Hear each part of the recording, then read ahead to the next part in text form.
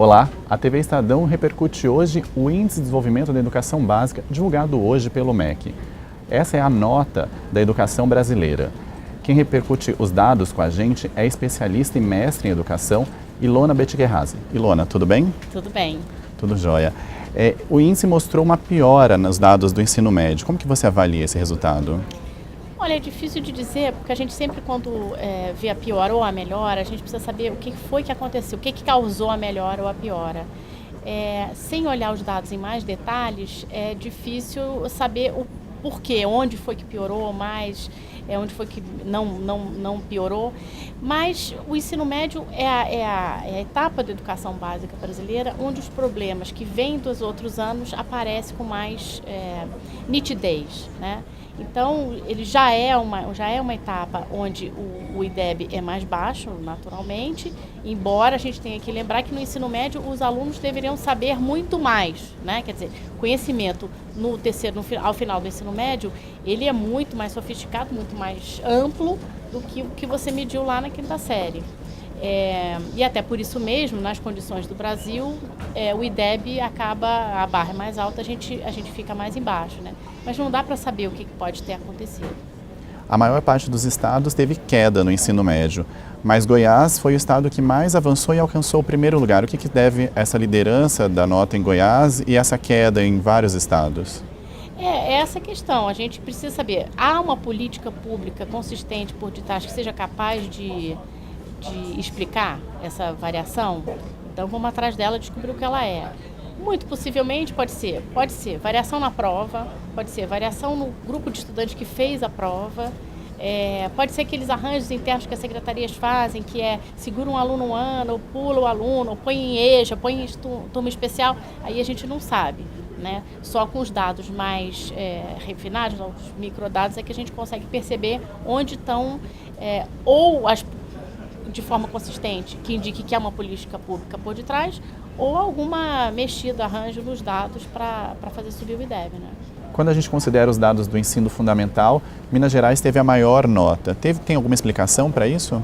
Olha, eu acompanho alguns estados e Minas Gerais é um deles que tem uma política educacional consistente, já de longa data, que no caso da educação faz muita diferença, né? Então, aí sim há uma hipótese que a gente, mesma coisa, a gente precisa olhar todos os dados, mas há uma razão que vem vindo de política educacional consistente que possa explicar essa melhora. Mas é importante, essa coisa do ranking, ela pode ser às vezes muito injusta, porque a política educacional ela é global, então a gente não pode olhar só o IDEB, porque tem a questão do fluxo.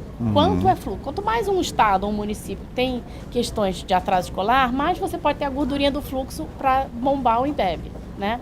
Então tem isso. Então, partindo da questão que, enfim, o fluxo da hipótese que o fluxo não faz tanta diferença, foi só a nota.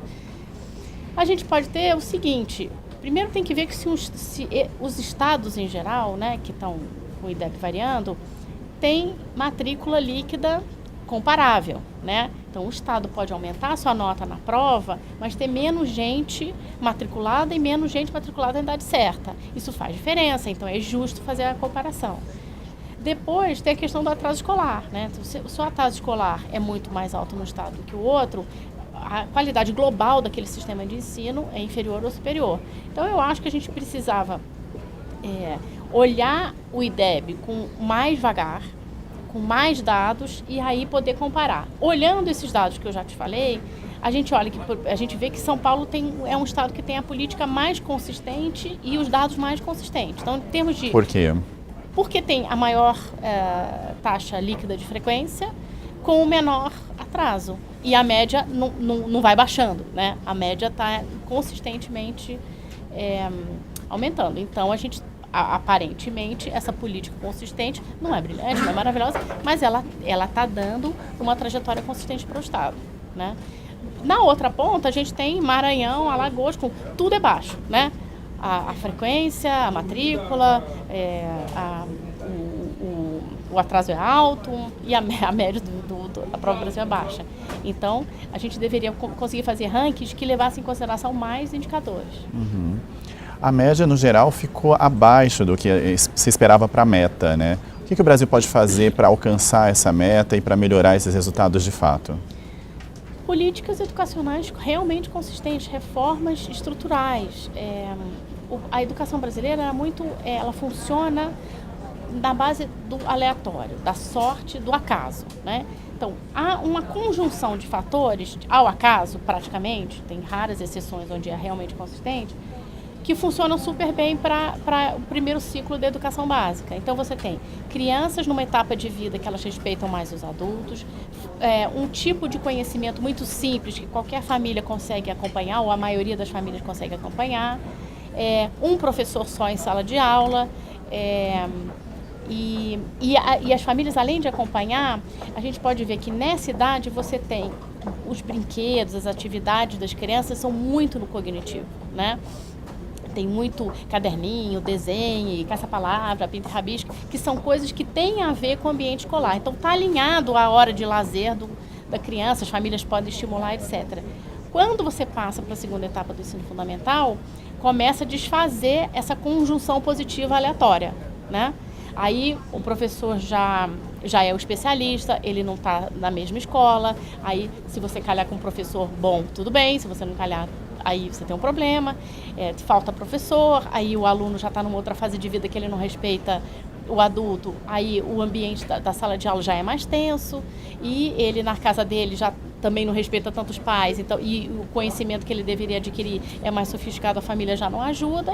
Aí você chega no ensino médio e desfaz mais ainda, porque você tem a adolescência, você tem questões, apelos fora da escola muito mais fortes, um deles o trabalho, né? Então a evasão é maior e a falta de atenção com a escola é maior. Além disso, você tem um sistema educativo, como a gente não tem currículo, às vezes o aluno está vendo lá no ensino médio matéria que ele já viu desde o primário. Realmente ele se desinteressa, né? Então eu acho que lembrar disso, a gente tem um sistema educacional que é muito solto, não é amarrado, não é intencional, não é planejado, e aí as coisas acontecem de maneira aleatória. No primário, funciona bem o aleatório, vai subindo para frente, vai piorando. Então quem dá muita sorte de pegar uma escola boa, vai. Agora a maioria dos brasileiros não tem essa sorte, né?